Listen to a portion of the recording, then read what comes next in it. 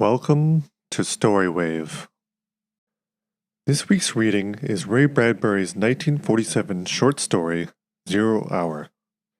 In the near future, a group of children in neighboring towns are persuaded to help a seemingly imaginary friend named Drill play a game called Invasion.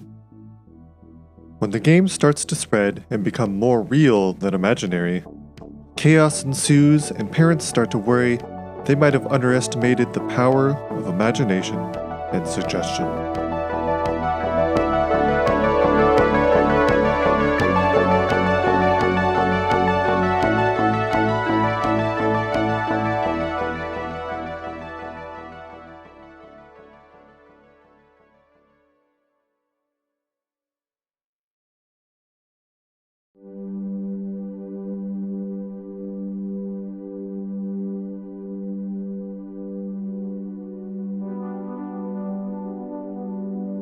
Oh, it was to be so jolly. What a game. Such excitement they hadn't known in years. The children catapulted this way and that across green lawns, shouting at each other, holding hands, flying in circles, climbing trees, laughing. Overhead, the rockets flew and beetle cars whispered by on the streets. But the children played on. Such fun, such tremulous joy, such tumbling and hearty screaming. Mink ran into the house, all dirt and sweat. For her 7 years she was loud and strong and definite. Her mother, Mrs. Morris, hardly saw her as she yanked out drawers and rattled pans and tools into a large sack. Heavens, Mink, what's going on? The most exciting game ever! Gasped Mink, pink-faced. Stop and get your breath, said the mother. No, I'm all right, gasped Mink. Okay, I take these things, Mom? But don't dent them, said Mrs. Morris. Thank you, cried Mink, and boom, she was gone, like a rocket. Mrs. Morris surveyed the fleeing tot. What's the name of the game? Invasion, said Mink. The door slammed. In every yard on the street, children brought out knives and forks and pokers and old stovepipes and can openers.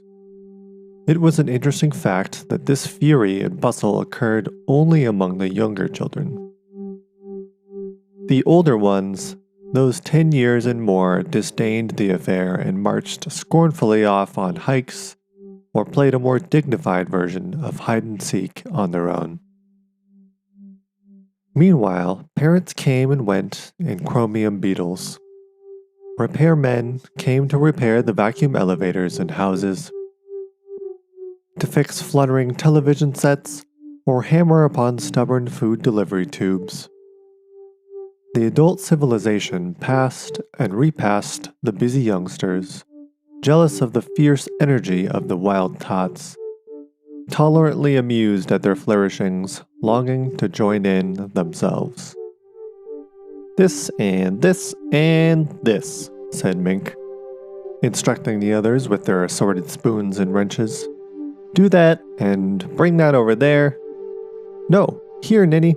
Right. Now, get back while I fix this. Tongue in teeth, face wrinkled in thought. Like that, see? Yay! Shouted the kids. 12-year-old Joseph Connors ran up. Go away, said Mink straight at him. I want to play, said Joseph. Can't, said Mink. Why not? You just make fun of us. Honest, I wouldn't. No, we know you. Go away or we'll kick you. Another 12-year-old boy whirred by on little motor skates. Hey, Joe, come on. Let them sissies play. Joseph showed reluctance and a certain wistfulness. I want to play, he said. You're old, said Mink firmly. Not that old, said Joe sensibly. You'd only laugh and spoil the invasion. The boy on the motor skates made a rude lip noise. Come on, Joe. Them and their fairies. Nuts. Joseph walked off slowly. He kept looking back, all down the block. Mink was already busy again. She made a kind of apparatus with her gathered equipment. She had appointed another little girl with a pad and pencil to take down notes in painful, slow scribbles. Their voices rose and fell in the warm sunlight. All around them, the city hummed. The streets were lined with good green and peaceful trees.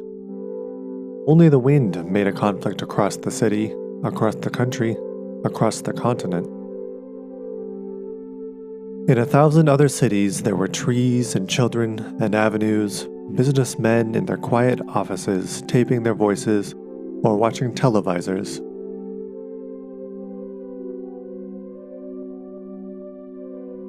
Rockets hovered like darting needles in the blue sky. There was the universal, quiet conceit and easiness of men accustomed to peace, quite certain that there would never be trouble again. Arm in arm, men all over the earth were a united front.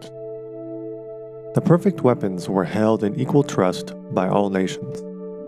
A situation of incredibly beautiful balance had been brought about. There were no traitors among men, no unhappy ones, no disgruntled ones. Therefore, the world was based upon a stable ground.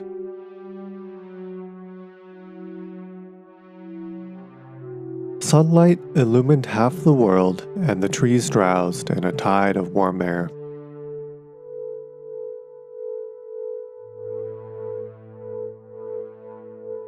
Mink's mother, from her upstairs window, gazed down. The children. She looked upon them and shook her head. Well, they'd eat well, sleep well, and be in school on Monday. Bless their vigorous little bodies. She listened. Mink talked earnestly to someone near the rosebush, though there was no one there. These odd children, and the little girl, what was her name, Anna? Anna took notes on a pad.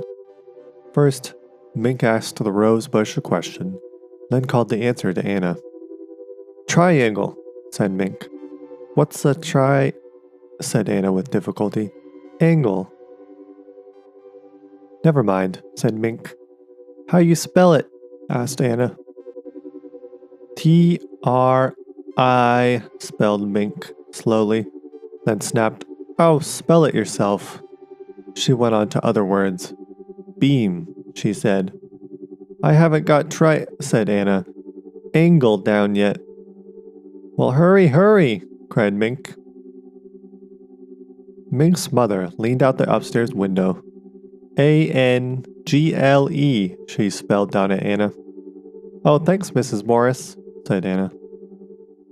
Certainly, said Mink's mother and withdrew, laughing, to dust the hall with an electro-duster magnet. The voices wavered on the shimmery air. Beam, said Anna, fading. 4, 9, 7A, and B, and X, said Mink, far away, seriously. And a fork, and a string, and a hexagonal. At lunch, Mink gulped milk at one toss and was at the door. Her mother slapped the table. You sit right back down, commanded Mrs. Morris. Hot soup in a minute. She poked a red button on the kitchen butler, and 10 seconds later, something landed with a bump in the rubber receiver. Mrs. Morris opened it, took out a can with a pair of aluminum holders, unsealed it with a flick, and poured hot soup into a bowl. During all this, Mink fidgeted. Hurry, Mom! This is a matter of life and death! Ah! I was the same way at your age. Always life and death. I know. Mink banged away at the soup. Slow down, said Mom. Can't, said Mink. Drill's waiting for me. Who's Drill? What a peculiar name, said Mom. You don't know him, said Mink. A new boy in the neighborhood? Asked Mom. He's new, all right, said Mink. She started on her second bowl. Which one is Drill? asked Mom. He's around, said Mink, evasively. You'll make fun. Everybody pokes fun. Gee darn. Is Drill shy? Yes. No. In a way. Gosh, Mom. I gotta run if we want to have the invasion. Who's invading what? Martians invading Earth. Well, not exactly Martians. They're, I don't know, from up. She pointed with her spoon. And inside, said Mom, touching Mink's feverish brow. Mink rebelled. You're laughing. You'd kill Drill and everybody. I didn't mean to, said Mom. Drill's a Martian? No. He's, well, maybe from Jupiter or Saturn or Venus. Anyway, he's a hard time, I imagine. Mrs. Morris hid her mouth behind her hand. They couldn't figure a way to attack Earth. We're impregnable, said Mom in mock seriousness. That's the word Drill used. That was the word, Mom. My. Drill's a brilliant little boy. 2-bit words. They couldn't figure a way to attack, Mom. Drill says, in order to make a good fight, you gotta have a new way of surprising people. That way you win. And he says you also gotta have help from your enemy. A fifth column, said Mom. Yeah, that's what Drill said. And they couldn't figure out a way to surprise Earth or get help. No wonder. We're pretty darn strong, laughed Mom, cleaning up. Mink sat there, staring at the table, seeing what she was talking about. Until one day, whispered Mink melodramatically, they thought of children.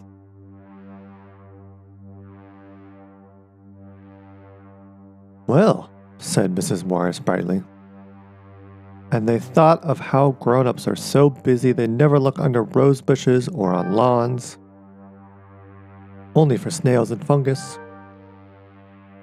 And then there's something about dim-dims. Dim-dims? Dimensions. Dimensions? 4 of them. And there's something about kids under 9 and imagination. It's real funny to hear Drill talk. Mrs. Morris was tired. Well, it must be funny. You're keeping Drill waiting now. It's getting late in the day, and if you want to have your invasion before supper bath, you'd better jump. Do I have to take a bath? Growled Mink. You do. Why is it children hate water?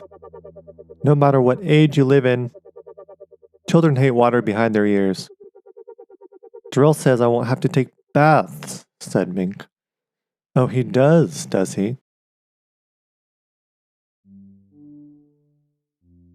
He told all the kids that. No more baths. And we can stay up till 10 o'clock and go to 2 televisor shows on Saturday instead of 1. Well, Mr. Drill better mind his P's and Q's. I'll call up his mother, and Mink went to the door. We're having trouble with guys like Pete Fritz and Dale Jarrett. They make fun. They're worse than parents. They just won't believe in Drill. They're so snooty, 'cause they're growing up. You'd think they'd know better. They were only little a couple of years ago. I hate them worst. We'll kill them first. Your father and I, last? Drill says you're dangerous. Know why? 'Cause you don't believe in Martians. They're going to let us run the world. Well, not just us, but the kids over in the next block, too. I might be queen. She opened the door. Mom? Yes? What's logic? Logic? Well, dear, logic is knowing what things are true and not true. You mentioned that, said Mink. And what's impressionable? It took her a minute to say it. Why, it means... Her mother looked at the floor, laughing gently. It means to be a child, dear.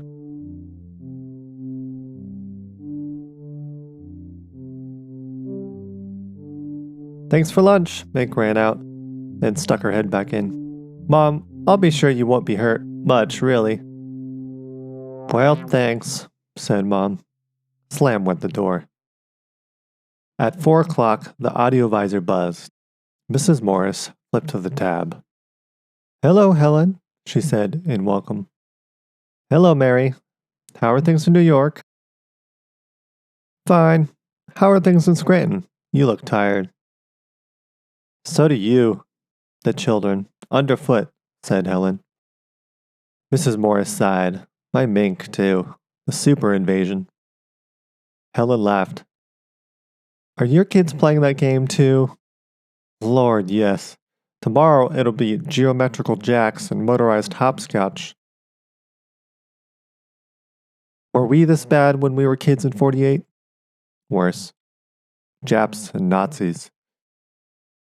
Don't know how my parents put up with me. Tomboy. Parents learned to shut their ears. A silence. What's wrong, Mary? Asked Helen. Mrs. Morris's eyes were half closed.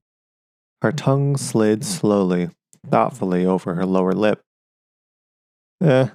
She jerked. Oh, nothing. Just thought about that. Shutting ears and such. Never mind. Where were we? My boy Tim's got a crush on some guy named Drill, I think it was. Must be a new password. Mink likes him too. Didn't know it got as far as New York. Word of mouth, I imagine. Looks like a scrap drive. I talked to Josephine and she said her kids, that's in Boston, are wild on this new game. It's sweeping the country. At this moment, Mink trotted into the kitchen to gulp a glass of water. Mrs. Morris turned. How are things going? Almost finished, said Mink. Swell, said Mrs. Morris. What's that? A yo-yo, said Mink. Watch. She flung the yo-yo down its string. Reaching the end, it vanished. See, said Mink. Oh! Dibbling her fingers, she made the yo-yo reappear and zip up the string. Do that again, said her mother. Can't. 0 hours, 5 o'clock. Bye. Mink exited, zipping her yo-yo. On the audio visor, Helen laughed. Tim brought one of those yo-yos this morning, but when I got curious, he said he wouldn't show it to me. And when I tried to work it, finally, it wouldn't work. You're not impressionable, said Mrs. Morris. What? Never mind. Something I thought of. Can I help you, Helen? I wanted to get that black and white cake recipe. The hour drowsed by. The day waned. The sun lowered in the peaceful blue sky. Shadows lengthened on the green lawns. The laughter and excitement continued. One little girl ran away, crying. Mrs. Morris came out the front door. Mink, was that Peggy Ann crying? Mink was bent over in the yard near the rosebush. Yeah, she's a scare baby. We won't let her play now. She's getting too old to play. I guess she grew up all of a sudden. Is that why she cried? Nonsense. Give me a civil answer, young lady, or inside you come. Mink whirled in consternation, mixed with irritation. I can't quit now. It's almost time. I'll be good. I'm sorry. Did you hit Peggy Ann? No, honest. You ask her. It was something, well, she's just a scaredy pants. The ring of children drew in around Mink where she scowled at her work with spoons and a kind of square-shaped arrangement of hammers and pipes. There and there, murmured Mink. What's wrong? Said Mrs. Morris. Drill's stuck. Halfway. If we could only get him all the way through, it'll be easier. Then all the others could come through after him. Can I help? No, thanks, I'll fix it.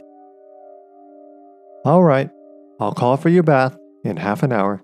I'm tired of watching you.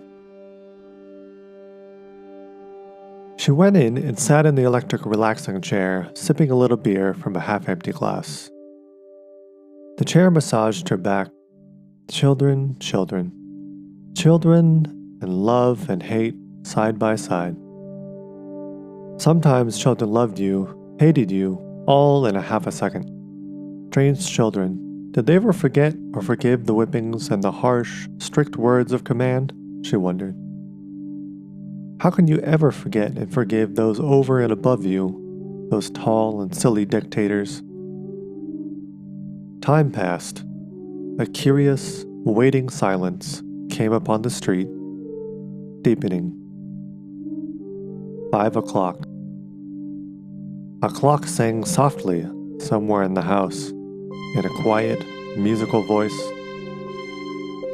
5 o'clock, 5 o'clock, time's a-wasting, 5 o'clock, and purred away into silence.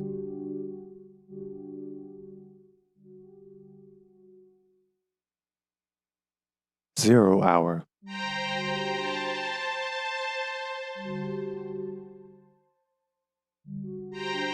Mrs. Morris chuckled in her throat. 0 hour.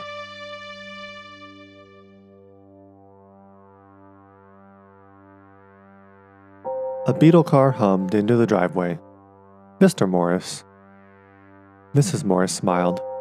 Mr. Morris got out of the beetle, locked it, and called hello to Mink at her work. Mink ignored him. He laughed and stood for a moment watching the children and their business. Then he walked up the front steps. Hello, darling. Hello, Henry. She strained forward on the edge of the chair, listening. The children were silent. Too silent. He emptied his pipe, refilled it. Swell day. Makes you glad to be alive. What's that? Asked Henry. I don't know. She got up suddenly, her eyes widening. She was going to say something. She stopped it. Ridiculous. Her nerves jumped. Those children haven't had anything dangerous out there, have they? She said. Nothing but pipes and hammers. Why? Nothing electrical? Heck no, said Henry. I looked. She walked to the kitchen. The buzzing continued. Just the same, you'd better go tell them to quit. It's after 5. Tell them... Her eyes widened and narrowed. Tell them to put off their invasion until tomorrow. She laughed, nervously. The buzzing grew louder. What are they up to? I'd better go look, all right?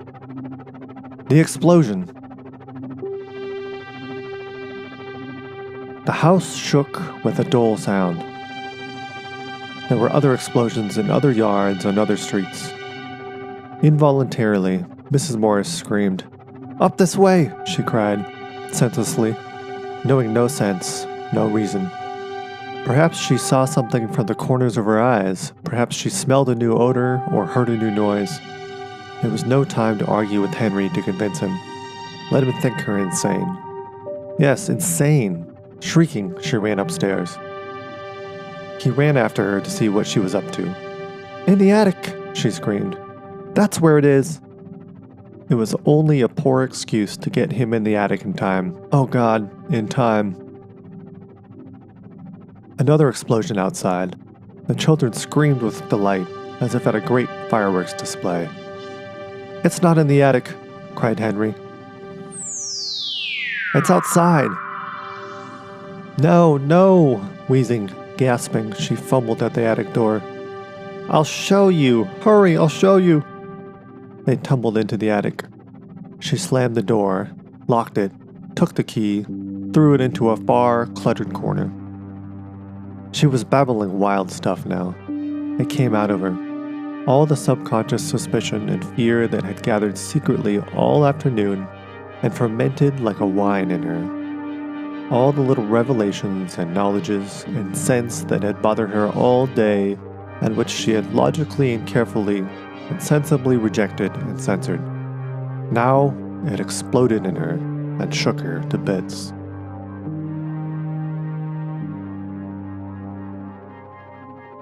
There, she said, sobbing against the door. We're safe until tonight. Maybe we can sneak out. Maybe we can escape. Henry blew up, too, but for another reason. Are you crazy?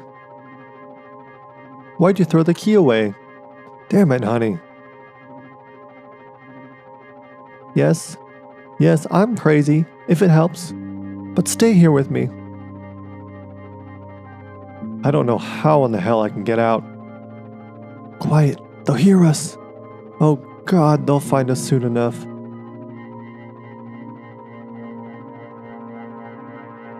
Below them, Mink's voice. The husband stopped. There was a great universal humming and sizzling, a screaming and giggling. Downstairs, the audio televisor buzzed and buzzed. Insistently, alarmingly, violently. Is that Helen calling? Thought Mrs. Morris. And is she calling about what I think she's calling about? Footsteps came into the house. Heavy footsteps.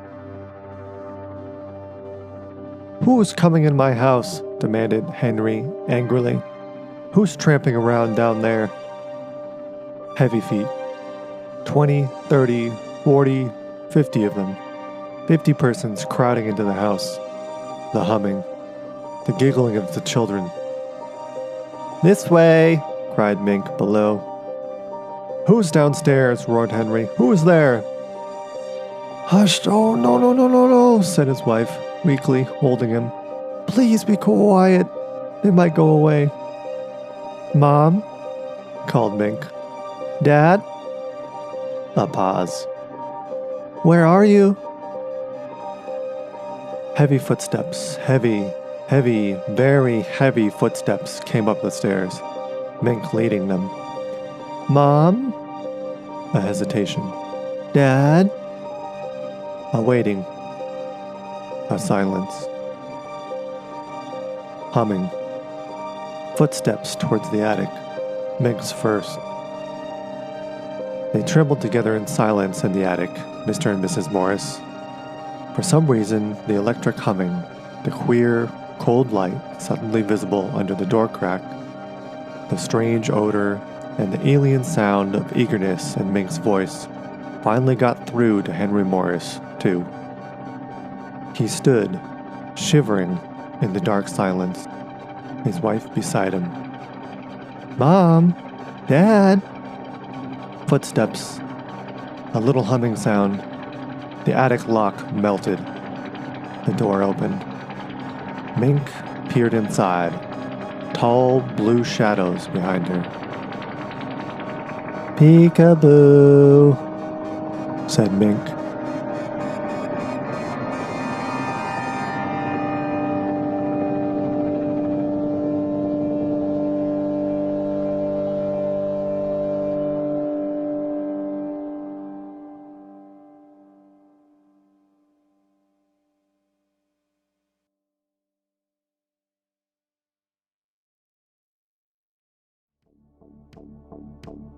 Thanks for listening to another episode of Storywave.